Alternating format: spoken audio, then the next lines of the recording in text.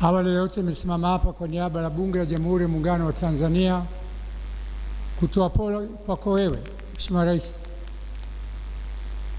kwa familia, kwa wabunge na Watanzania kwa jumla.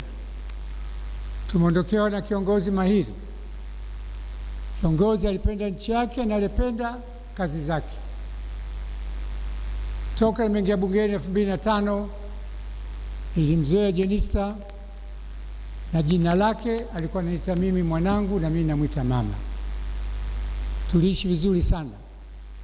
Sifa zilizotolewa hapa na baba paroko ni za ukweli, ni mtu aliyejishusha sana. Kikubwa ni kumwombea dua na sala na maombi.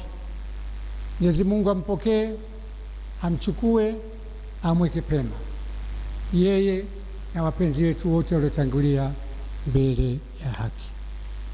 Nakushukuru sana Mheshimiwa Rais kwa namna ulivyokuwa karibu na Bunge kwenye tukio hili la msiba na misiba yote ambayo tunaipata bungeni, na hasa kwa jana kutupa ndege kupeleka mwili wa mpenzi wetu na familia kwenda kumpumzisha kwao Songea. Mheshimiwa Rais, pole tena. Niwaombe familia, msiba huu ni mtihani na ni mzito sana.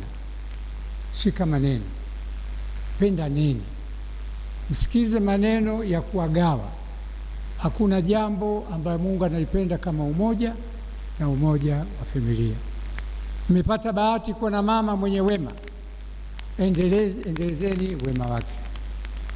Baba paroko, nakushukuru sana. Nimekuelewa meseji yako ya misaada alikuwa analeta Jenista. Uwe na amani na uhakika.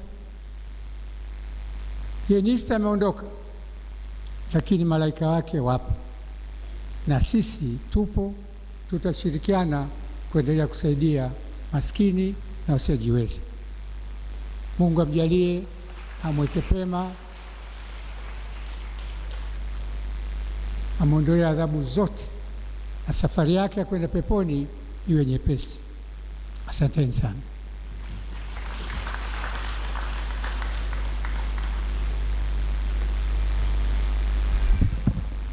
Na sasa tusikie salamu kutoka kwa wanafamilia zitakazowasilishwa na ndugu Victor Mhagama, kijana wa marehemu kwa maana ya mtoto wake.